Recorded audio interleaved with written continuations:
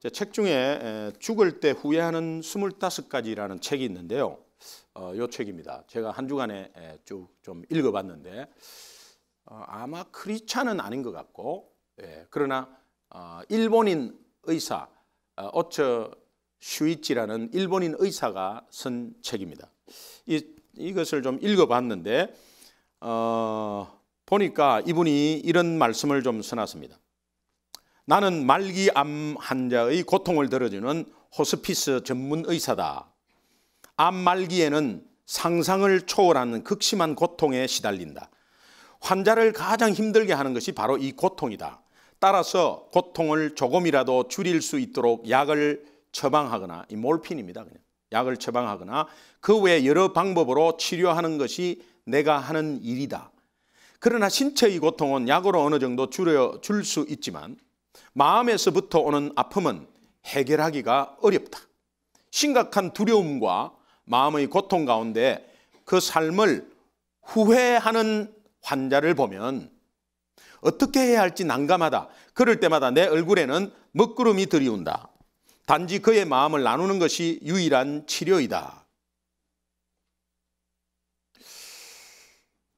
그렇게 하면서요, 이분이 맨 마지막에 시 한 편을 써놨는데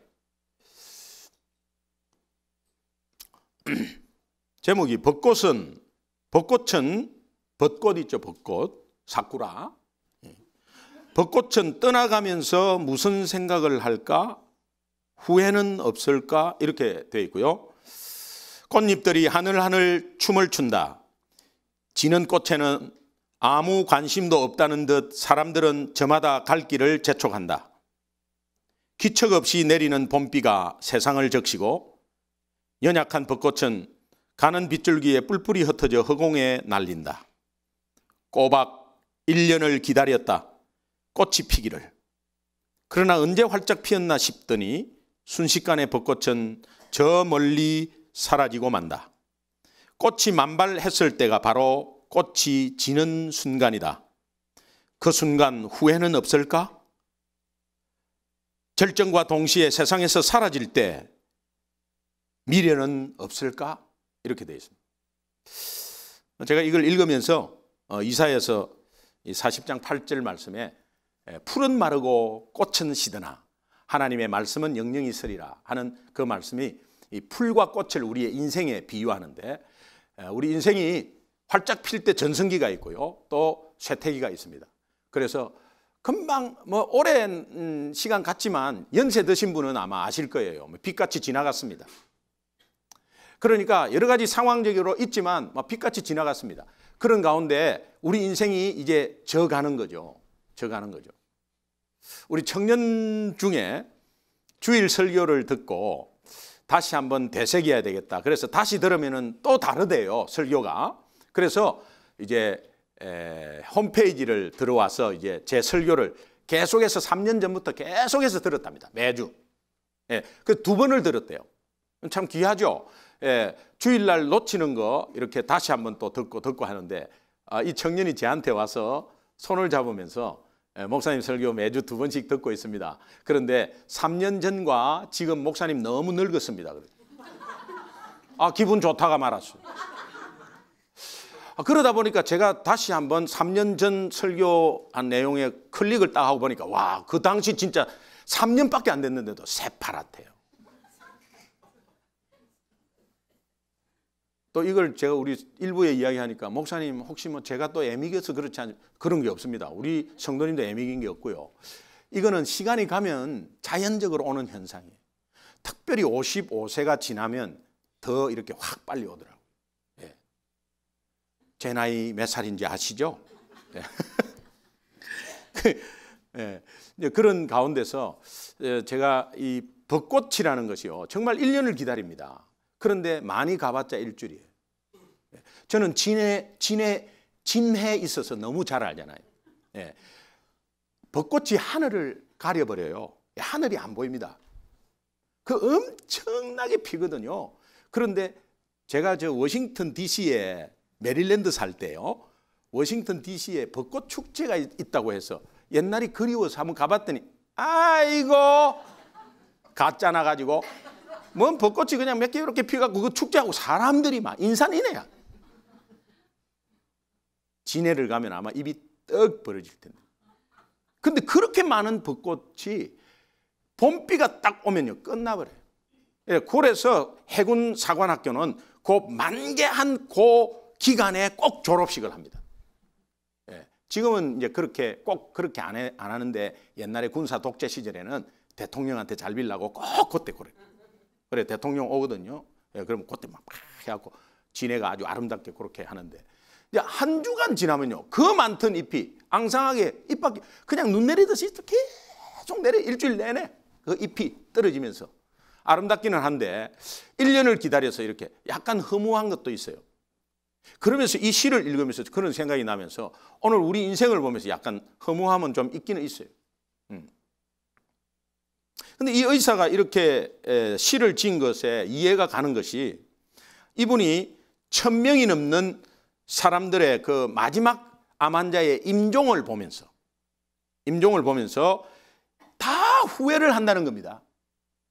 임종할 때 다 후회를 하는데 그 후회하는 것에 요약해서 25가지를 이제 여기에 적어 놓은 거예요. 그러니까 우리가 보면은 인생 살면서 아이 그러지 말 걸, 저럴 걸, 할 걸, 안 할 걸, 걸 하면서 죽는다고 그렇게 누군가가 이야기하더라고요. 그런데 여기는 보면 껄껄이 아니에요. 라면이라고 되어 있어요. 한번 보면 대표적으로 사랑하는 사람에게 고맙다는 말을 많이 했더라면, 조금만 더 겸손했더라면, 좀 더 일찍 담배를 끊었더라면, 분노 조절을 조금이라도 노력했더라면, 죽음의 의미를 진지하게 생각했더라면, 맨 마지막 25번째가 신의 가르침을 알았더라면.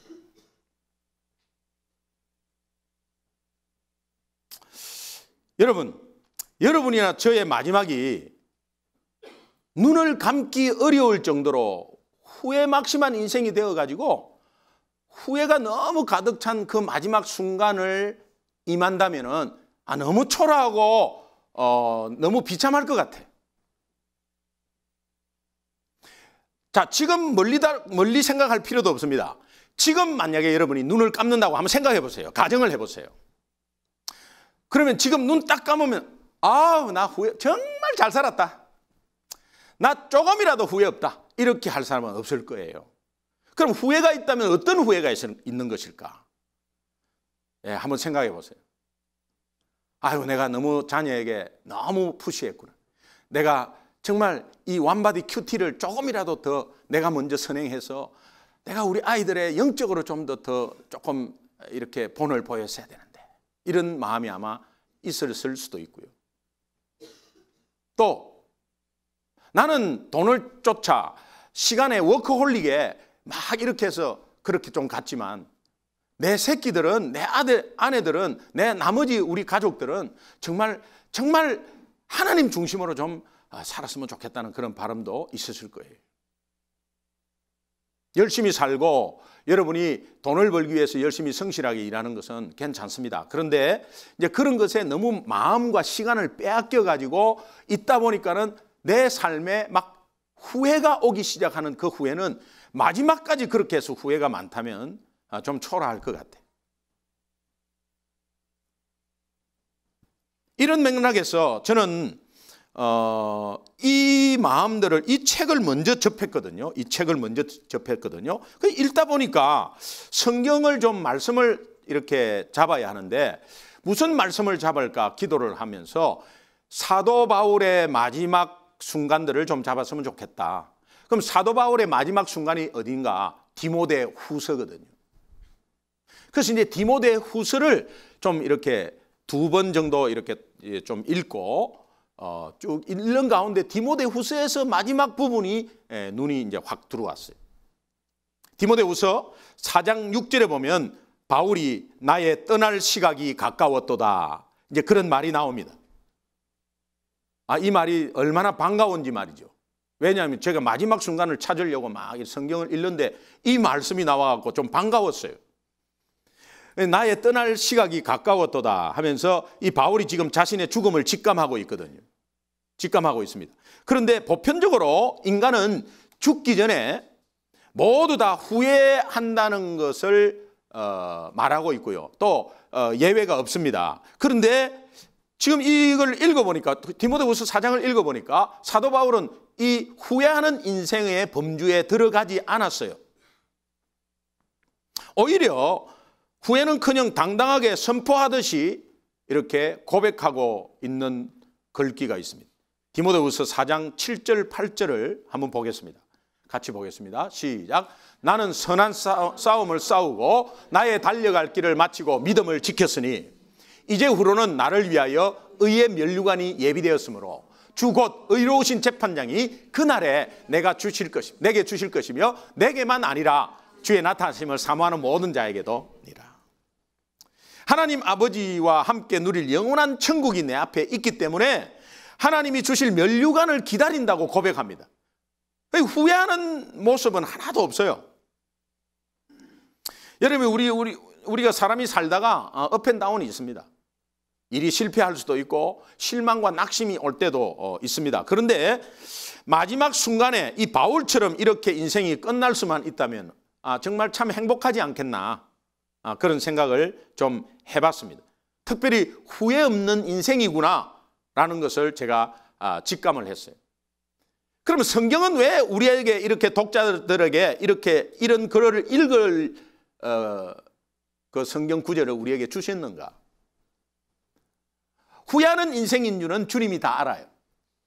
그런데 후회하지 않는, 후회 없는 인생을 살 수 있는 방향과 디렉션을 우리에게 가르쳐 주고 있거든요. 이거 빨리 우리가 캐치해야 되죠. 모든 인생은 다 후회한다고 하는데 후회 없는 인생은 바울 인생인데 우리가 성경은 우리 삶의 교훈이요, 본이요, 거울이라고 합니다. 그러면 이걸 딱 보면서 우리가 힌트를 얻고 찾아내야죠. 이런 후회 없는 인생의 해답, 오늘 본문에 좀 찾을 수가 있습니다. 여러분, 이 마음은 조금 들고, 오늘 좀 여러분이 위로를 받는다 이렇게 생각하고요. 뭐 긴장하지 마시고 위로를 받는다. 여러분 얼굴 보니까 바짝 긴장하고 계신데 긴장하지 마세요. 그냥 위로를 받는다 생각. 조금 느긋하게 얼굴 좀 펴요. 이렇게 느긋하게 좀 이렇게 계세요. 그러면 제가 또 노래도 한 곡 불러드릴 테니까 그냥 계속 좀. 그러나 중요한 것은 거기에 메시지가 있어요. 하나님이 오늘 여기에 후회하지 않는 인생을 우리에게 살려고 힌트를 딱 주고 계세요. 바울이 지금 지하 감옥에 갇혀 있습니다.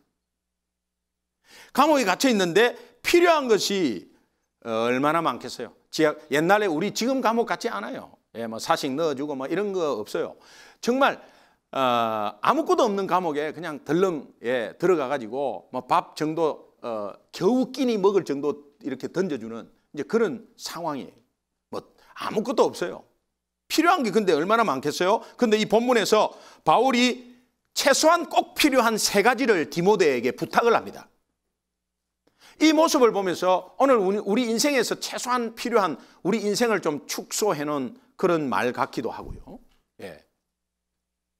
첫 번째 디모데후서 4장 11절에 어떤 부탁을 하냐 하니까 네가 올 때에 마가를 데리고 와라. 그 마가를 데리고 와라 이렇게 합니다. 마가는 바울이 굉장히 사랑하는 동역자였거든요. 그 다음에 두 번째 디모데후서 4장 13절 오늘 본문 가운데 보니까 가보의 집에 둔 겉옷을 가지고 와라. 얼마나 추웠으면 그 정말 특히 겨울 감옥, 이 겨울이거든요. 뼈를 파고드는 혹독한 추위에 덮을 것이 없는데 옛날에 겉옷은 입고 다니기도 하지만은 잘 때에 이불 역할을 했어. 사도 바울이 어떻게 이것이 없었나 봐요.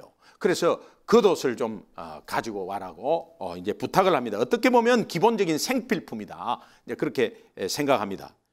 마지막 이제 세 번째 디모데후서 4장 13절 마지막에 보니까 책은 특별히 가죽 종이에 쓴 것을 가져오라. 어느 혹자는 이것을 구약 성경이라고도 말하는데 그것은 뭐 특별하게 나와 있지는 않습니다. 그러나 어떤 지식의 책도요, 굉장히 삶의 영향력을 주는 그 책은 가죽 종이에 써가지고 특별히 오래 가도록 그 당시에 했거든요. 그래서 가죽 종이에 쓴 것을 가져오라. 그런 어떤 책인지는 모르겠지만 사도 바울이 뭔가 영향을 받고 있는 책입니다. 그러니까 영향받고 있는 책은 뭐 구약이 아닐까 이런 예상을 하는 것이죠. 그건 아닐 수도 있죠. 제가 여기에서 이게 하나 발견한 것이 있어요. 바울이 필요한 이 세 가지 중에 왜 마가라는 사람이 왜 맨 먼저 나올까? 그리고 마가를 데리고 오라라고 읽는 순간에 어떻게 바울의 마음에 절실함이 느껴지지? 여러분 한번 보세요. 필통 꼭 가져와 하는 거하고 엄마가 꼭 와야 돼 하는 거하고 어느 게 절실합니까? 다시.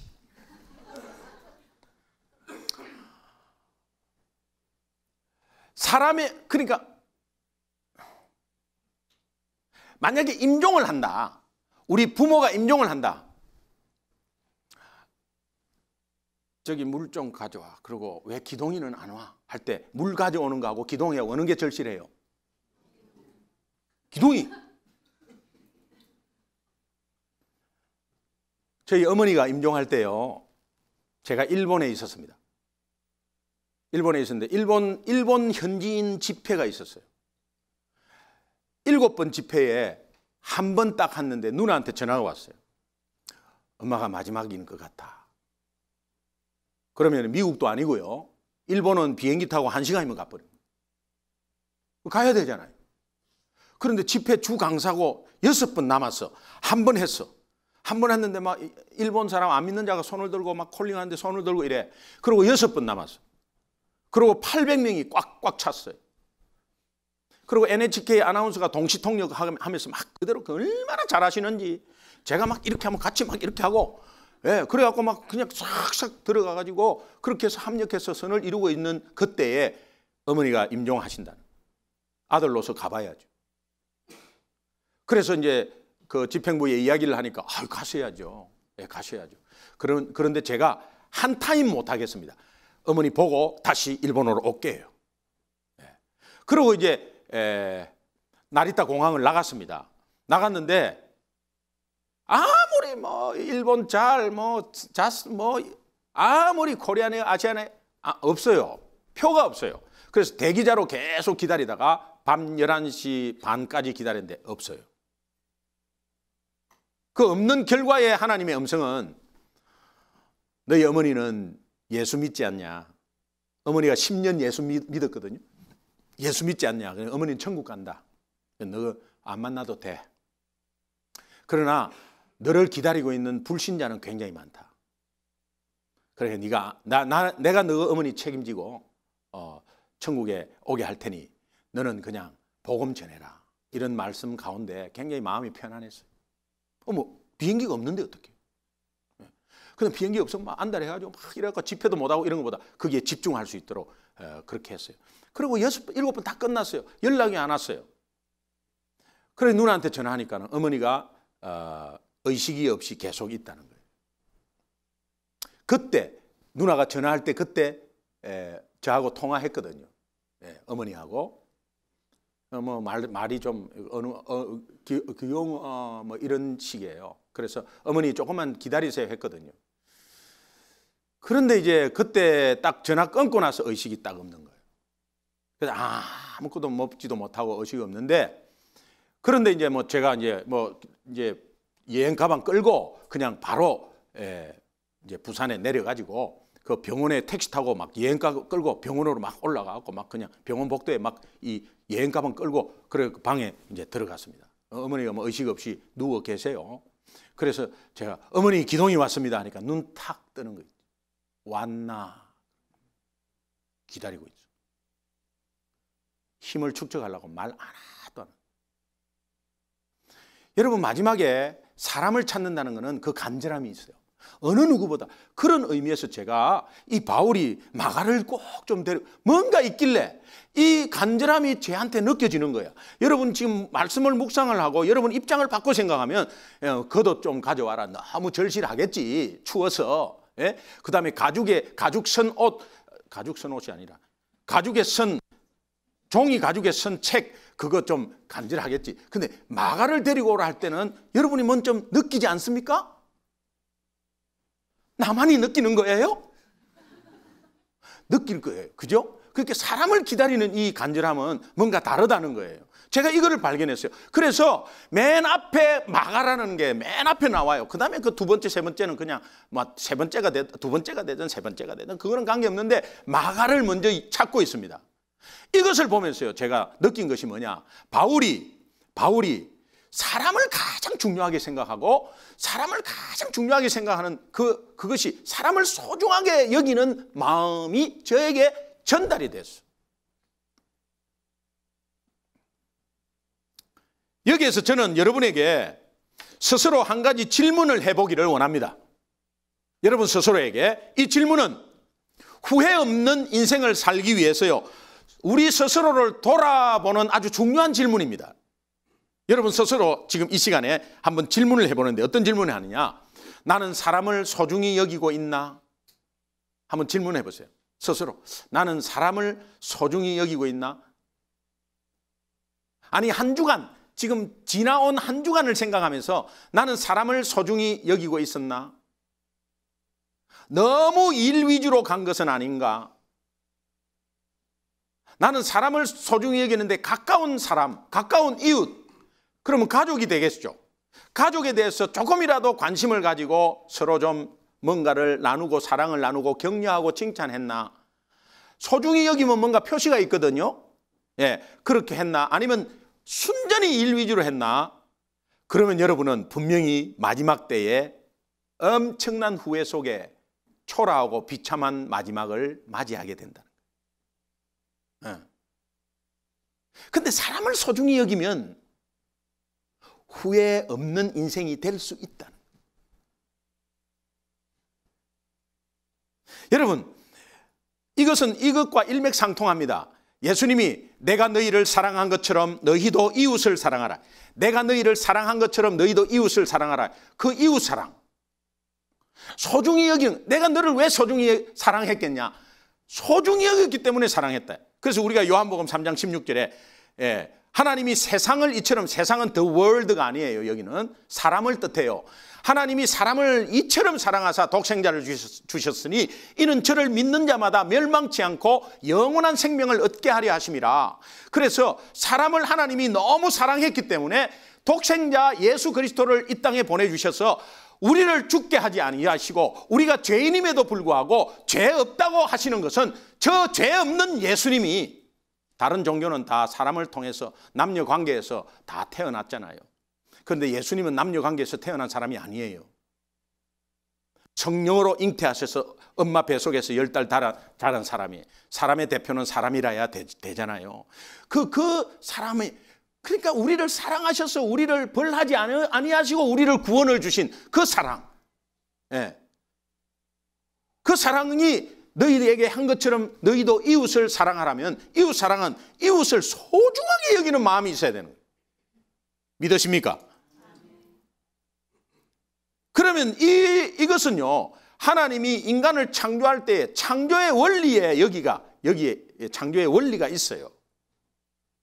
하나님이 모든 걸 창조하시고 나서 좋았더라.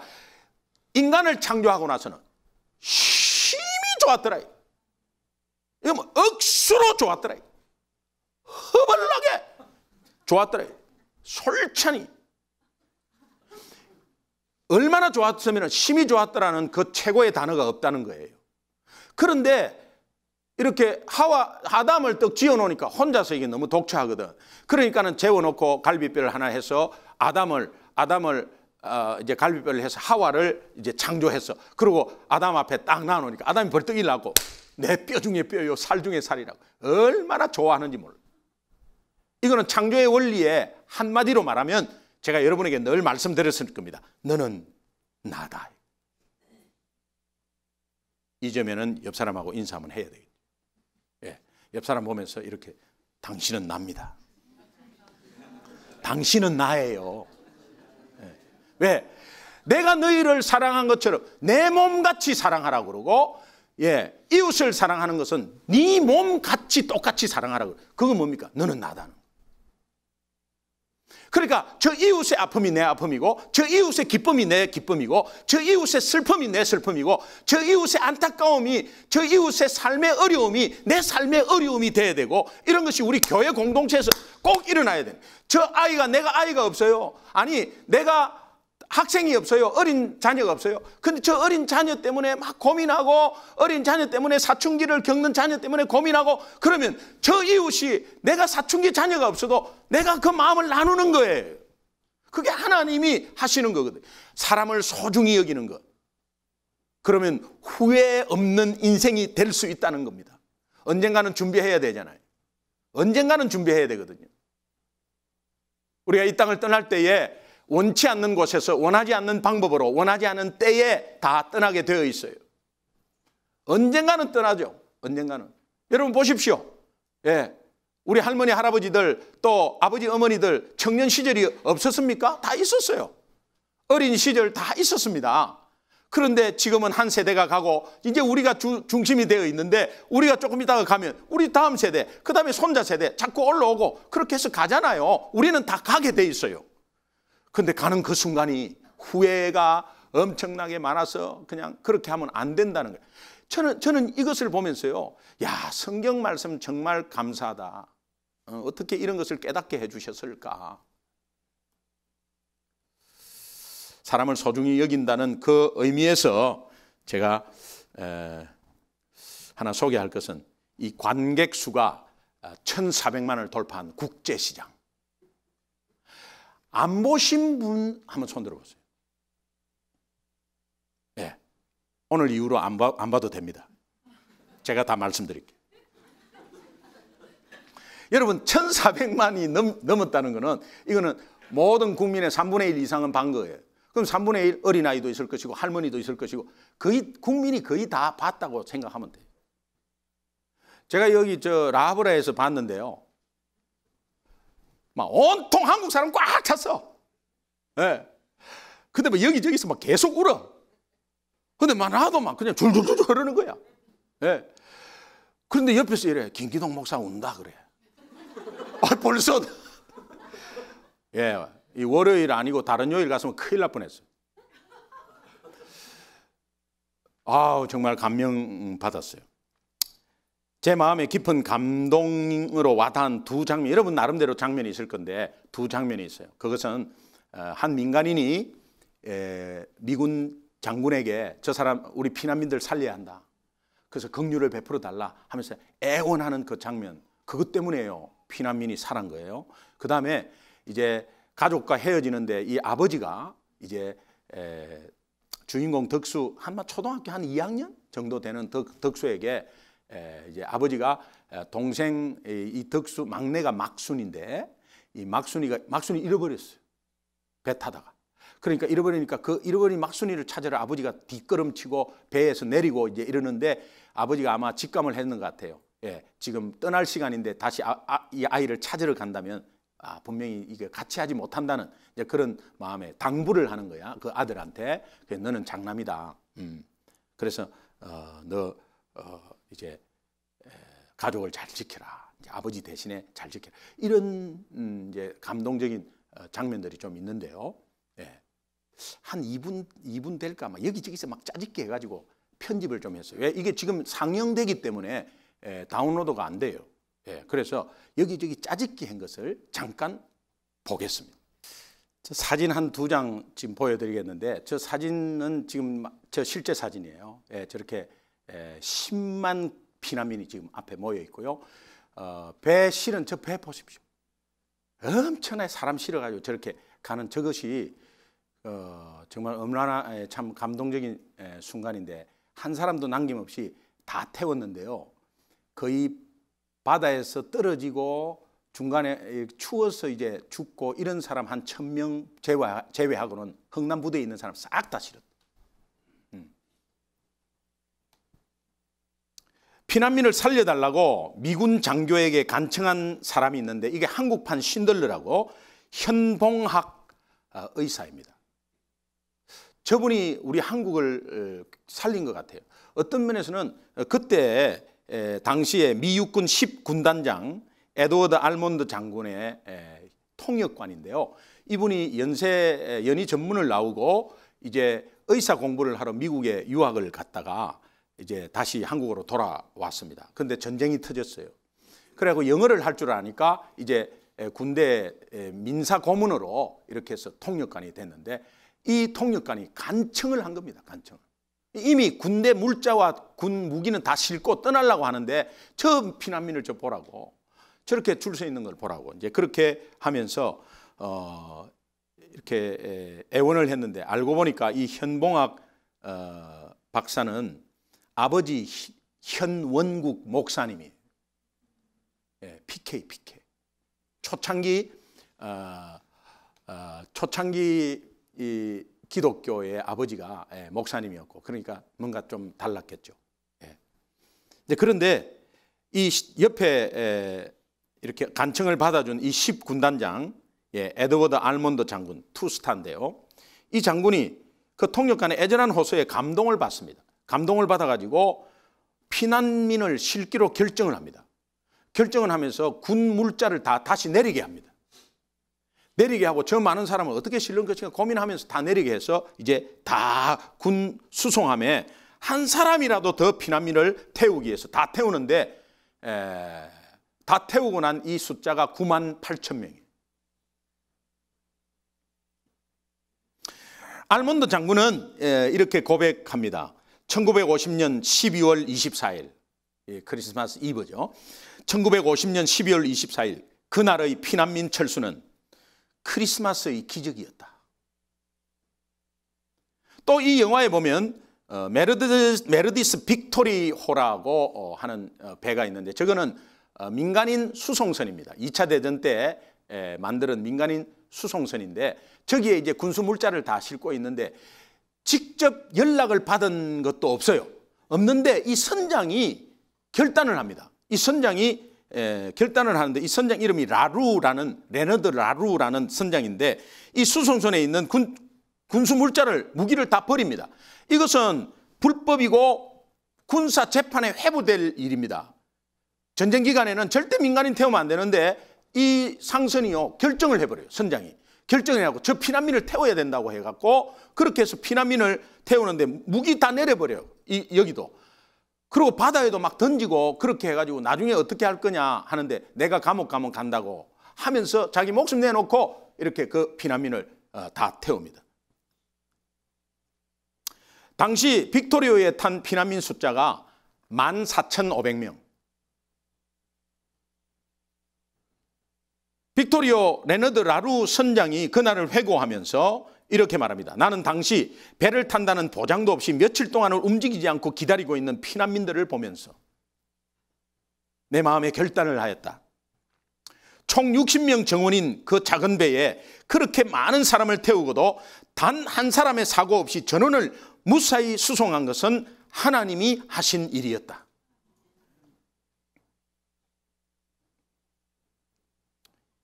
이 흥남 철수 자료를 계속 찾는데 계속 똑같은 노래가 나와. 똑같은 노래가 나오는데, 이거 여러분 지나온 노래, 이건 옛날 노래, 이거 다 명곡입니다. 제가 이걸 고민을 해서 이 주일날 주일 설교에 이거를 불러야 되나 말아야 되나. 그런데 여러분이 오해하지 마시고요. 오해하지 마시고, 이거는 그러나 그 상황을 보면서 왜 그러냐면, 한 사람이라도 더 실어야 된다는 그 상황에 이 1953년도에 현인 씨가 발표한 노래 굳세어라 금수나, 이 가사를 보면 눈보라가 휘날리던 바람찬 흥남부두에 목을 놓아 불러봤다 차자를 보았다. 금수나 어디로 가고 길을 잃고 헤매였더냐 피눈물을 흘리면서 일사 이후 나 홀로. 이 피난민들이 들으면 얼마나 눈물 날 이야기예요. 그런데 이 상황 가운데서 제가 1983년도에 저 군대 이 해군에 있을 때, 북한에서 이 피난 온 그 집에 있었는데 계속 이 노래 듣고 울고요. 현인 씨 이렇게 전선야곡 이런 거 옛날 노래 있어요. 그런 거 막 듣고 계속 고향 생각하면서 울고, 예. 그러는데 사실은 그렇게 피난을 나올 수 있는 것이 얼마나 이것이 한 사람의 어떤 애절한 간청 때문에, 저는 이것을 보면서요, 정말 구원의 방주에 들어가지 못한 불신자를 바라보면서 우리가 정말 저 영혼 구원해 달라고 막 간절히 하나님께 애청하는 그런 장면 연상하지 않습니까? 두 번째 좀 감동적인 장면이 아버지가 장남 덕수에게 가족을 부탁하는 장면. 영화에서 주인공 덕수는 동생 막순이 등에 업고 이렇게 줄 오르다가 이제 잃어버렸죠. 잃어버렸는데 막순이를 찾으려고 아버지가 빅토리호 배에서 내립니다. 내리는 거기에 이제 초등학교 한 2학년 되는 아들 덕수에게 당부하는 말. 너는 장남이다. 너가 아버지 대신해서 가족을 잘 지켜야 한다. 이것이 마지막 당부였어요. 마지막 당부. 주님이 성천할 때 제자들에게 내 증인 되라. 마지막 당부. 이 아들은 아버지의 그 마지막 당부를 끝까지 지키기 위해서 끈파리, 그 다음에 구두 닦기, 또 돈을 벌려고 독일 탄광 광부 지원하고 그래서 무너져갖고 죽을 고비 넘기고 또 월남전에 민간인으로 참여해가지고 돈 많이 준다고 세배 준다고 해야 거기 참여하고 죽을 고비 넘기고 그러면서 그냥 동생이 서울대 합격했어. 서울대 합격해 그 학비 대준다고 자기는 학교도 못 들어가고 학비 대준다고 그 장남이 그렇게 노력하고 거기에 이 서울대 합격했다고 하니까 그 친구가 우리 동생 서울대 합격했다. 이거 그냥 서울대 합격했는데 그 등록금 대줘야 된다니까. 서울대 합격했네. 인간도 아니다고 막.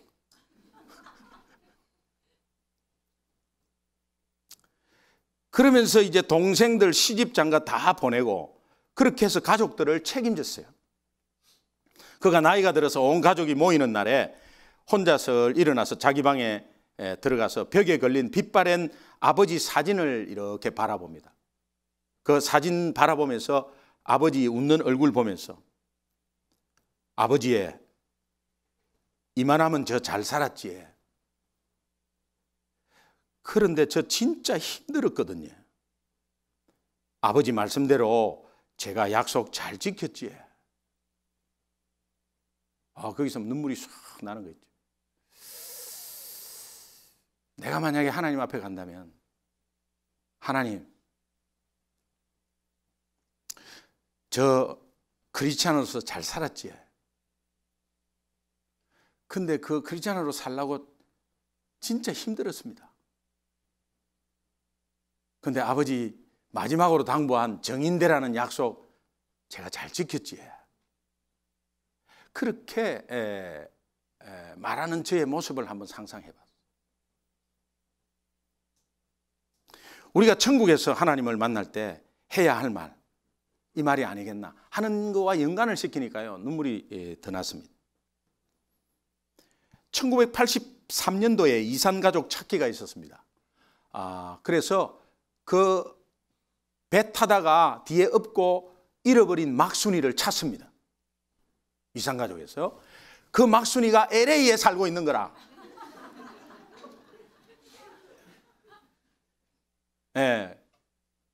어답팅 대회에 와가지고 이 어릴 때 LA에 살고 극적으로 이 화면을 통해서 그 만난 그때 아마 다 울었을 거예요.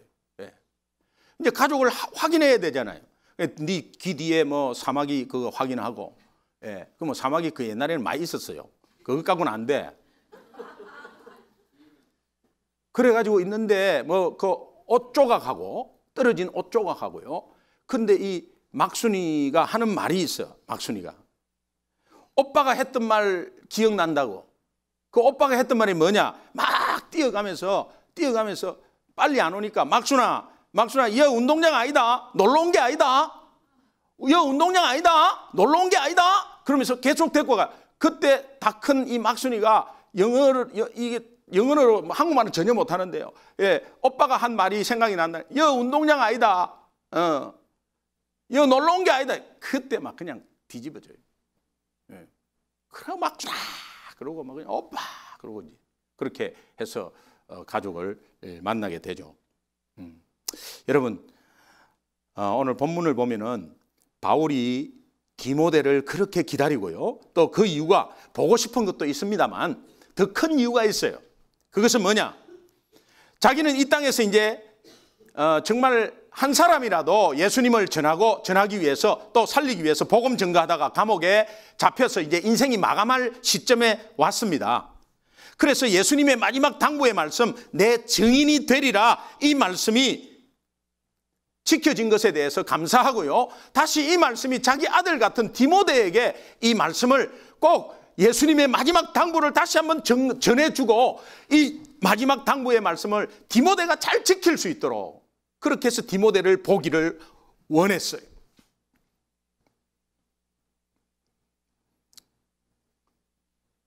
여러분은 지금 무엇을 소중히 여기고 계십니까? 여러분이 혹시 돈 하면서 그것 때문에 묶인 인생은 아닙니까? 아니면 말과 행동 하나하나가 크리스찬이처럼 살지 못하고 분노로 아니면은 옛날 성격이 막 나와서 그렇게 해서 관계가 다 깨어졌습니까? 아니 그 관계 때문에 깨어진 것 때문에 사람을 잃어버리지는 않았습니까? 바울처럼 우리 인생이 후회 없는 인생이 되기 위해서는 한 사람이라도 더 소중히 여기는 인생 되어야 될 줄 믿습니다. 한 사람이라도 더 소중히. 여러분 한 사람이라도 더 소중히 여기는 인생이 어떤 인생인가? 오늘 본문의 의미를 잘 살펴보면 이 바울이 한 사람이라도 더 사랑하고 한 사람이라도 더 포용하고 한 사람이라도 더 구원시키려는 그 애절한 마음이 있어요. 본문 14절 보니까 구리 세공업자 알렉산더라는 사람이 나와요. 이 알렉산더는 예수를 믿다가 배교한 사람입니다. 그런데 바울은 이 사람에 대해서 내게 해를 많이 입혔다. 그를 주의하라. 그는 우리 말을 심히 대적하였다. 이렇게 말합니다. 이 구절을 읽는 순간 야 그래도 적어도 알렉산더 같은 사람은 안 돼야 되겠다. 예, 알렉산더 같은 사람이 안 돼야지. 이렇게 생각하고 있는데 곧바로 디모데후서 4장 16절을 읽는데요. 그에게 허물을 돌리지 않기를 원하노라. 그에게 허물을 돌리지 않기를 원하는 이 말씀을 읽는 순간 제 마음에 알렉산더와 같은 사람이 안 되는 것뿐만이 아니라 이 알렉산더와 같은 인생도 포용하고 사랑해야 되겠다는 생각이 들었어요. 바울이 자기에게 상처를 주었던 사람들이 굉장히 많습니다. 그러나 그는 십자가 사랑으로 용서하고 십자가 사랑으로 포용하는 자리까지 왔기 때문에 마지막 인생을 후회 없는 인생 가운데 후회는커녕 오히려 그것을 담대하게 자랑하듯이 선포하고 있습니다. 복음을 소유한 하나님의 사람이 마지막 순간에 하는 고백, 디모데후서 4장 17절을 한번 읽겠습니다. 같이 읽습니다. 시작. 주께서 내 곁에 서서 나에게 힘을 주시면 나로 말미암아 선포된 말씀이 온전히 전파되어 모든 이방인이 듣게 하려 하심이니 내가 사자의 입에서 건짐을 받았느니라. 주께서 내 곁에 서서 나에게 힘을 주었다는 거예요. 그러면서 내가 복음 전할 때 그 말씀이 온전히 전파되었다는 거예요. 많은 이방인들이 듣게 되었는데 내가 사자의 입에서 건짐을 받았느니라. 이것은 1차 로마 감옥에서의 일을 회상하는 거예요. 사자의 입이라는 것은 로마의 정부를 말해요. 그 핍박에서 건짐을 받고 내가 그 뒤로 많은 사람을 복음을 증거하고 이렇게 한 것은 하나님의 은혜 가운데서 특별히 하나님의 은혜 가운데 하나님이 주신 힘으로 인해서 내가 정인된 삶을 하나님 약속을 지켰고 그렇게 해서 앞으로 내가 또 내 제자들에게 내 아들 같은 디모데에게 이 하나님의 마지막 당부를 그렇게 간절히 또 다시 한번 더 강조해야 되겠다. 그렇게 말하는 거예요. 여러분 오늘 여러분 한 사람이라도 더 용서하기를 주님의 이름으로 축원합니다. 한 사람이라도 더 포용하기를 주님의 이름으로 축원합니다. 한 사람이라도 더 구원받기를, 한 사람이라도 더 사랑하기를, 아니 하루라도 한 시간이라도 더 사랑하기를. 자녀에게 상처를 준 거 있으면 여러분 한 사람한테라도 더 용서를 빌기를. 이런 것이 하나님의 마음입니다. 그래서 오늘 한 사람이라도 더라는 이 귀한 제목이 여러분 인생에서 주님의 후회 없는 인생을 가르쳐주는 귀한 말씀이라고 믿으시고, 여러분 마지막 순간을 행복하게 끝내려고 하는 귀한 방법은 한 사람이라도 더 용서하고 포용하고 사랑하고 한 사람이라도 더 구원시키는 일에 앞서가는 우리 소중한 교회 지체됐으면 좋겠습니다. 기도하겠습니다.